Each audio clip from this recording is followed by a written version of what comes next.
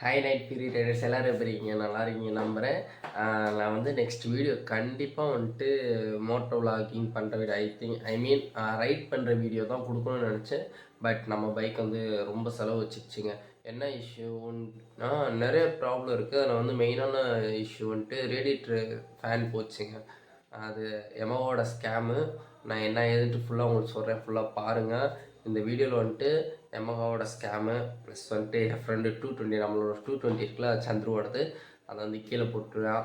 அதுக்கப்புறம் நியூ இயருக்காக பிரியாணி வாங்க போவோம் பசங்களாம் சேர்ந்து. அது ஃபுல்லாக இது ரிலேட்டடான வீடியோ தான் இதில் இருக்கும். ஸோ ஃபுல்லாக பாருங்கள். வந்துட்டு எமகா சைடில் ரொம்ப ஸ்கேம் நடக்குதுங்க. ஸோ உங்களுக்கு தெரிஞ்சவங்க எமகாவில் இருந்தால் மட்டும் சர்வீஸ் சென்டரில் இருந்தால் மட்டும் சர்வீஸ் பண்ணுங்கள். ஏன்னா இப்போ என் தம்பி இப்போ ஒர்க் பண்ணிகிட்டு இருக்கான். அவன்கிட்ட சொன்னனால தான் இவ்வளோ டீட்டெயில்ஸ் எனக்கு தெரிஞ்சிச்சு, இல்லைன்னா தெரிஞ்சிருக்காது. ஆல்ரெடி நான் கோயம்புத்தூர் சைடில் வந்துட்டு ஒரு ஷோரூமில் கொடுத்தேன். கோயம்புத்தூர் தாண்டி ஒரு ஷோரூமில் கொடுத்தேன். அங்கே வந்து பேனாசோனிக் போடுறேன்னாங்க. ஆனால் பேனாசோனிக் ஃபேன் போடலை. என்ன ஸ்கேம் நடந்துச்சுன்னு வீடியோ ஃபுல்லாக பாருங்கள், அவங்களுக்கே புரியும் ஓரளவு. ஸோ சர்வீஸ் விடுறதுனா கொஞ்சம் கேர்ஃபுல்லாக டீட்டெயிலாக பார்த்துக்கோங்க. தெரிஞ்சவங்க இருந்தால் மட்டும் சர்வீஸ் விடுங்க எமகாவில்.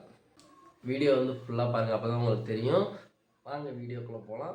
வீடியோ பார்க்குறதுக்கு முன்னாடி சப்ஸ்கிரைப் பண்ணாமல் பார்த்துக்கோங்க, சப்ஸ்கிரைப் பண்ணிவிட்டு லைக் பண்ணாமல் பார்த்துக்கோங்க, லைக் பண்ணிவிட்டு பாருங்கள். வாங்க வீடியோக்குள்ளே போகலாம். கொஞ்சம் கொஞ்சமாக சாப்பிட்டா 20 பேர் கூட சாப்பிடலாம். ஸோ இந்த படம் ஓடக்கூடாது. நான் பூரா திண்ணி முடிய அப்படின்னு மைக்கே மாட்டாமல் ரொம்ப நேரமாக பேசிட்டு வந்துருக்கா. போத டைலரடா அங்கிருந்து பேசிட்டு வந்துடா, மைக்கை மாட்டலடா. அருமையில கேட்டிருக்காது. ரைட்டாக தான் கேட்கும். சரி விட பார்த்துக்குறோம்.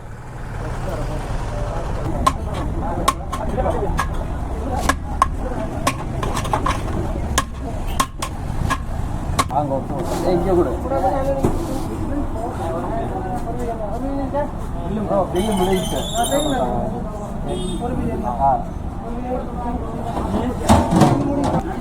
இந்த மாதிரி தான் கேட்டோட அரிசி மீன். வீட்டில் நல்லா இருக்கா? வேலை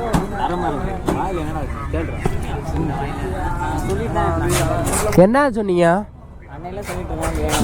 பிரியாணி வாங்க டே. இல்லை இல்லை இல்லை, இப்போ நம்ம வாங்கணும்ன்றது தனி மேட்ரு. அவங்க பிளான் பண்ணி மத்தியானத்துக்கு மேலே பிளான் பண்ணிக்காங்க. மழையா வருது.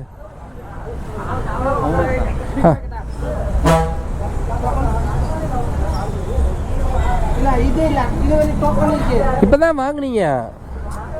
அது இந்த பில் அது இது மாதிரி கூட இது நோம்பூரி இருக்குண்ணா. அது 1600 ரூபாய்க்கு ஒன்று கொடுத்தேன்.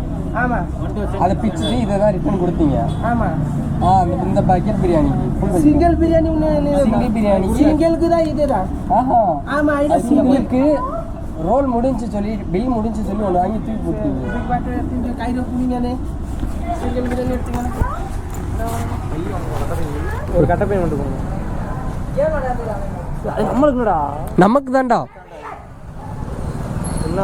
பைத்தியங்க. ரீல்ஸ் எடுக்கிறேன்னு போயிட்டு கத்திட்டு அது உண்மைதான். எனக்கு மேல பைத்தியம் இல்லை, இருந்தாலும் பைத்தியம் தானே.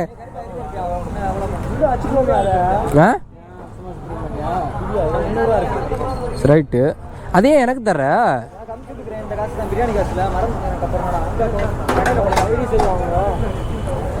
சீ இவ்வளோ பெரிய பிக்கெட்டா 1600 வாடா போய் வண்டியில் வச்சுங்க. ஒரு மிகப்பெரிய சம்பவம் நடந்துருச்சுங்க.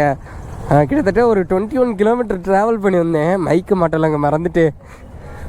இப்போ ராவுத்தர் பிரியாணி மேலூரில் வந்து வாங்கியிருக்கோங்க. எனக்கு ஒரே வெக்ஸாக இருக்குடா. இது மைக்க மாட்டாம விட்டது. இப்போ கேட்கும். இன்னும் 300 ரூபா அவ்வளோ சரியா போச்சு எனக்கு. பெட்ரோல் போட்டு கழிச்சிக்கிறோம்டா. அதில் அவ்வளோ முடிஞ்சு வச்சுறேன். ஒத்தோ அளவு இந்த சவுண்டு போல. நான் வண்டிக்காரன் கொடுத்துட்டு அப்புறம் டம்மு டும்முடி சவுண்டு எனக்கு தெரிய பார்க்குறேன்டா. எதுக்குடா டே? என்னடா பண்ணுவோம்? 300 ரூபாயா பெட்ரோல் காசை கழிச்சு விட்டுருவோமாடா? வரும் பெட்ரோல் வண்டி சும்மா வரும். ஏண்டா வண்டி சும்மா வரும், நீங்களே மனசாத்தியை சொல்லுங்க. இங்கே எதுவுமே அவ்வளோ நல்லா இருக்காது பேக்கரி. டேய் டேய் என்ன பிரியாணி பிடிக்கிற கழுகுற?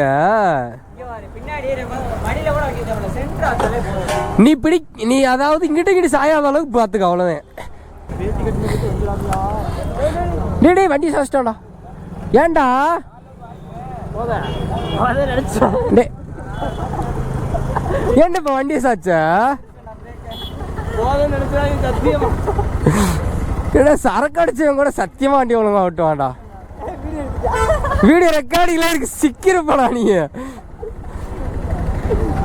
220 சாச்சு விட்டானடா.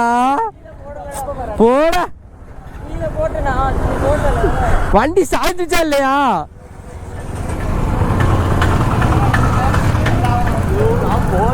டேய் சென்ட்ரா ஐயா, சென்ட்ரா வச்சுக்க பிரியாணியா.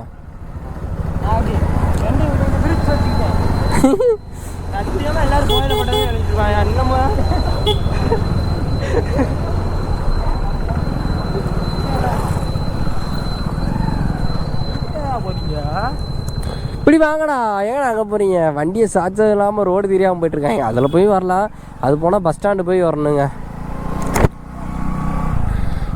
இப்படி போனோம்னா ஷார்ட்கட்டு நம்ம ஊருக்கு போகிறதுக்கு. ஏன்னா இது அப்படி போய் ரிட்டன் இப்படி தான் வர்ற மாதிரி இருக்கும். இதுனா ஸ்ட்ரைட்டாக போயிடலாம்.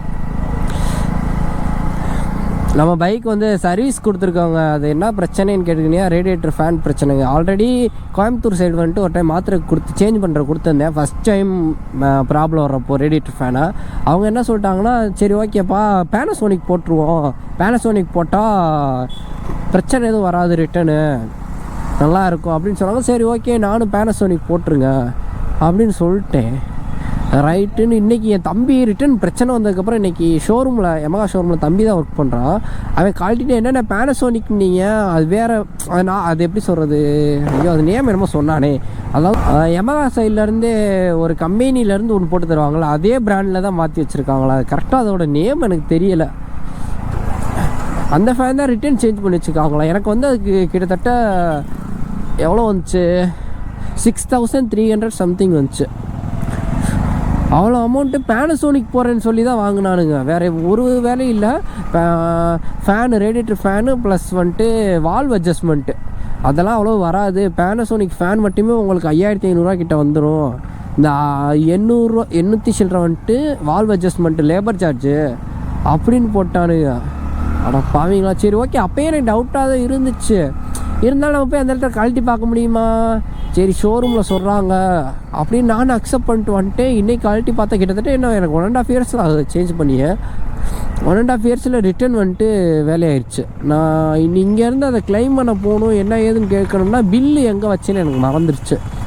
எப்போயுமே பில்லை சேஃபாக வைப்பேன், இப்போன்னு பார்த்து பில்லை சேஃப் பண்ணால் மட்டும் எங்கே போட்டேன்னு தெரில. ஏன்னா 1.5 years நான் ஒர்க்கு போகிறேன், அங்கேயே ஆல்ரெடி ஒர்க்கு தான் போயிருந்தேன், அங்கே என்கிட்ட வச்சுட்டேன். என்னடா பாட்டு ஓடுது, பின்னாடி உட்காந்துருக்கணும்.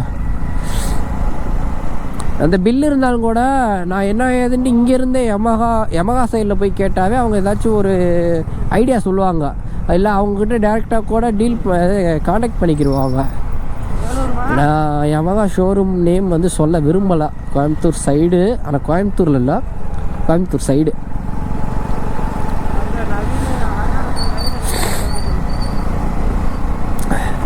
இன்றைக்கி அதுவும் இல்லாமல் ரேடியேட்டர் அசம்பிள் அந்த ஃபுல்லாக அந்த ஃபேன் மாதிரி ஓட்டையாக இருக்குமே ஃபேனுக்கிட்ட, அந்த இது வந்துட்டு கூலண்ட் சர்க்கியூட் ஆகும்ல, ஒரு அலுமினியம் பாடியில் இருக்கும். அதோட கேப் வந்து அடித்து நெளிச்சு வச்சுருக்காங்களாம். சுத்தமாக அதுக்குள்ள இதுவே இல்லை, கூலண்ட் ஆயிலே இல்லை. எனக்கு அப்படியே வெறுப்பாகுது. எனக்கு ஷோரூம் அதனால தான் நான் நிறைய டைம் ஷோரூமில் கொடுக்குறதே கிடையாது. சரி நம்பி ஒரு டைம் ஷோரூமில் கொடுத்தா அவங்க இப்படி பண்ணி வச்சுட்டாங்க. சரி எனக்கு 1 yearக்குள்ள ஃபேன் போச்சு, இன்சூரன்ஸ் கிளைம் பண்ணித்தாங்கன்னா அது வர்றதுக்கு எப்படி பார்த்தாலும் 2-3 மாதம் ஆகிடும் அப்படி இப்படின்ட்டாங்க. சரி 2-3 மாதம்லாம் நம்ம வண்டி அப்படி வச்சுக்கிட்டு இருக்க முடியாது அப்படின்றக்காண்டி உடனே மாற்றுங்கன்னு நானும் சொல்லிட்டேன். ஆனால் இவ்வளோ பெரிய ஸ்கேம் நடக்கும்னு நான் எக்ஸ்பெக்டே பண்ணலை. எங்கே பாருங்கள், இது பேர் என்ன சொல்லுவாங்க, கண்காட்சின்னு நினைக்கிறேன். தாஜ்மஹால் அண்ட் வந்துட்டு செங்கோட்டை பொருட்காட்சி, சாரி கண்காட்சியில் பொருட்காட்சி. இதுதான் செங்கோட்டை போல். தாஜ்மஹால் அவங்க என்னங்க தாஜ்மஹால்னு டெல்லியில் போய் பார்க்குறீங்க? இதுதான் தாஜ்மஹால். தெரியுமா? இல்லை தாஜ்மஹால் தெரிலடா கேமராவில். சரக்கு அடிச்ச கூட அந்த மாதிரி சாச்சிருக்க மாட்டானா கணக்கில் எனக்கு தெரிஞ்சு. ஆனா பரவாயில்ல, வண்டியை டம்முன்னு போடல. ஆனா இது லைட்டா பட்டுச்சு. அந்த ஒட்டியிருக்காரு ஒயிட் கலர்ல. எனக்கு கண்ணே தெரியல, சும்மா அடிச்சு விட்டு ஒயிட் கலர்ல ஒட்டியிருக்குன்னு. அதை லைட்டா 220 சாய்ச்சிட்டாங்க. ஃப்ரண்ட் பிரேக் நச்சுன்னு பிடிச்சிட்டான் போல, அதனால சதக்குன்னு சாஞ்சிடுச்சு. அவ்வளோதாங்க, மேலூர் சிட்டியை விட்டு அவுட்ரு வந்துட்டோம். செம்ம குளிர போகுது இப்போ வந்துட்டு. நிறையா பேசினேங்க வர்றப்போ, சரி பிடிச்சிட்டு சாவடிக்குது. ஒரு பக்கெட் வந்து ராவுத்தூரில் வந்துட்டு ஃபுல் பக்கெட், அதாவது பெரிய பக்கெட் வந்துட்டு 1600 ரூபாங்க. நாங்கள் ஒரு ஆளுக்கு 300 ரூபா கணக்கு, 7 பேர் வச்சுக்கிறோம். சின்ன பையன் 10 பேர் சாப்பிட்லாம் அப்படின்னு போட்டிருந்தாங்க. நாங்கள் 7 பேர் தான் பார்த்துக்குறோம். 1600 தானே. ரெகுலர் வீட்டில் யாரும் சின்ன பசங்க இருப்பானுங்க, தூங்குறதுக்குலாம் சாப்பிட ஆரம்பிச்சிட்டா வந்துடுவானுங்க. அப்படியே அவங்களே சாப்பிட விட்ருவோம் அப்படின்னு பிளான் பண்ணிக்கிட்டு இருக்கோம். எதுவும் என் பண்ணிக்கிறேன். நம்மளோட சேனலை சப்ஸ்கிரைப் பண்ணாமல் பார்த்துக்கிட்டிங்கன்னா சப்ஸ்கிரைப் பண்ணிட்டு பாருங்கள், லைக் பண்ணாமல் பார்த்துக்கிட்டிங்கன்னா லைக் பண்ணிட்டு பாருங்கள். அண்ட் வந்துட்டு அந்த பெல் ஐக்கனை கிளிக் பண்ணி விட்டு பாருங்கள். எனக்கு வேறு கோல்டு ரிட்டர்ன் ஸ்டார்ட் ஆகிடுச்சு. இப்போ தான் இன்றைக்கி காலையிலேருந்து நல்லா இருந்துச்சு, இப்போ மறுபடியும் இந்த ஜில்லுன்னு இருக்கா, கோல்டு ஸ்டார்ட் ஆகிடுச்சு. நான் ஏன் இப்போ வீடியோ என் பண்ணுறேன்னா, இருட்டாக இருக்குங்க. இதுக்கப்புறம் நீங்கள் வந்து அவ்வளோ கிளியராக இருக்கா, வியூவே இருக்காது. சும்மா நான் பேசுறதை மட்டும் நீங்கள் கேட்டுக்கிட்டீங்கன்னா கண்டிப்பாக உங்களுக்கு போர் அடிச்சிடும். ஸோ நெக்ஸ்ட் ஒரு நல்ல வீடியோவில் சந்திப்போம். ஐ திங்க் அடுத்த வீடியோ வந்து எனக்கு தெரிஞ்சு பைக் டெலிவரி எடுக்கிற வீடியோவாக தான் இருக்கும். நம்மளோட பைக் சர்வீஸ் கொடுத்துருக்கோம்ல, அதை டெலிவரி எடுத்துகிட்டு வர மாதிரி தான் இருக்கும். ஏன்னா நம்ம பைக் 10K செலவாயிடுச்சுங்க, வெறுப்பாக இருக்குங்க. 10K கிட்ட ஆகிடும், பில் வந்தால் தெரியும் என்ன இது. சரி ஓகேங்க, நானும் வீடியோ வெயிட் பண்ணிக்கிறேன். பசங்க அப்படி பேசிக்கிட்டேன் போவோம். டாட்டா பாய்.